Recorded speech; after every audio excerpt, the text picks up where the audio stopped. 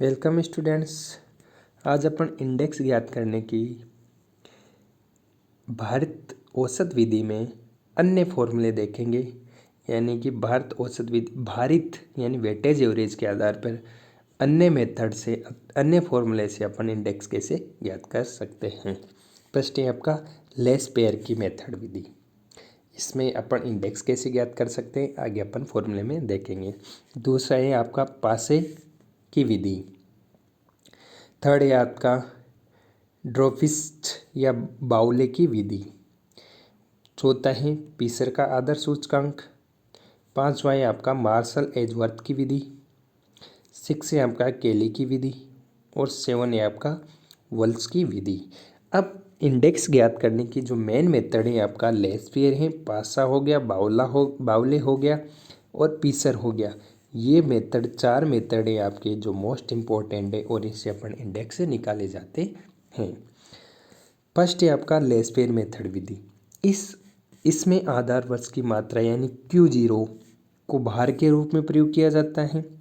ठीक है, सूचकांक निर्मित करने हेतु तो आधार वर्ष की मात्रा यानी Q0 को भार दिया जाता है। यह माना जाता है आधार वर्ष के मूल्यों को आधार वर्ष की मात्रा से गुणा कर प्रचलित वर्ष के मूल्यों को आधार वर्ष की मात्रा से गुणा करके गुणनफलों का योग प्राप्त किया जाता है। फॉर एग्जाम्पल अपन ने जो फर्स्ट मेथड देखा था वो सेम आपका क्या बोलते हैं लेस पेयर का मेथड के नाम से जाना जाता है।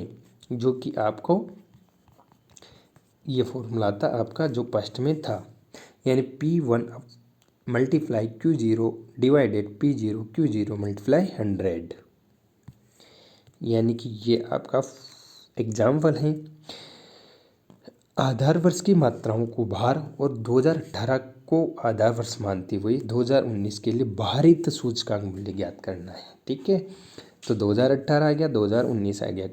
इसमें ये प्राइस है, जब 2018 को आधार माना तो P0 आ जाएगा, क्वांटिटी क्या हो जाएगी Q0 हो जाएगी। 2019 को चालू वर्ष माना तो ये क्या हो जाएगा P1 हो जाएगा, ये क्या हो जाएगा Q1 हो जाएगा। जब ये क्लियर हो गया तो आपका जो फॉर्मूला है उसमें अपन मान रख देंगे। तो सबसे पहले आपको Q0 ज्ञात करेंगे, फिर P1 Q0 ज्ञात करेंगे। जब दोनों ज्ञात हो जाएंगे तो आपको P01 में बराबर फॉर्मूले में मान रख देंगे। तो P01 P1 Q0 यानी कि P1 Q0, सेकेंड है P0 Q0, P0 Q0। इसको जब अपन मल्टीप्लाई करेंगे तो ये आ जाएगा, जब टोटल करेंगे तो P1 P sigma P1 Q0 P0 Q0 इसका आ जाएगा। अब फॉर्मूले पर मान देंगे। यही था कि पासे का सूचकांक तो लेस पेयर का। तो लेस पेयर क्या बोलता है कि आपको क्वांटिटी जो लेनी है वो आधार वर्ष की लेनी है, अपन को चालू वर्ष की क्वांटिटी नहीं लेनी है। अब सेकेंड है पासे का सूचकांक। इसमें चालू वर्ष की मात्रा को भार के रूप में प्रयोग किया जाता है। यानी Q0 की जगह क्या लेंगे अपन Q1 लेंगे, यानी चालू वर्ष की मात्रा लेंगे। अन्य प्रक्रिया तो क्या है लेस पेयर के मेथड की तरह ही है। यानी कि जो फॉर्मूला था इसका लेस पेयर का क्या था सिग्मा P1, यहाँ पे क्या था P0, लेकिन क्या करेंगे अपन पासे में Q1 लेंगे यानी चालू वर्ष की मात्रा लेंगे। इधर क्या था P0, यहाँ पे क्या था Q0 था, लेकिन अपन क्या करेंगे Q1 लेंगे यानी आधार वर्ष की। ये आपका पासे का मेथड हो गया। ठीक है, इस पासे की विधि के नाम से जाना जाता है। इसका सांकेतिक अर्थ वही है जो पूर्व सूत्रों में बताया है। इसका फॉर्मूला भी देख लेते हैं, वही सेम क्वेश्चन है। ये 2018 है, 2019 है। 2018 की जब प्राइस लेंगे तो P0 हो जाएगा, 2018 की क्वांटिटी लेंगे तो Q0 हो जाएगा। जब 2019 यानी चालू वर्ष की प्राइस लेंगे तो P1 हो जाएगा, और चालू वर्ष की क्वांटिटी लेंगे तो Q1 हो जाएगा। और जब फॉर्मूला आता पासे का, जो फॉर्मूला इस प्रकार था यानी Q1 और Q, तो इसमें भी अपन जो फॉर्मूला है सबसे पहले क्या करेंगे अपन ज्ञात P0 Q1 और सेकंड था P1 Q0 यानी चालू वर्ष की मात्रा से मल्टीप्लाई करेंगे। तो आपका P1 Q1 और P0 Q1 तो इसको दोनों को अपन देखेंगे और फॉर्मूले में मान रख देंगे। तो 99 मल्टीप्लाई 100 डिवाइडेड 76, तो आपका आ जाएगा 130.06। अब अपन तीसरा फॉर्मूला था जो बाउले और ड्रोबिस का था।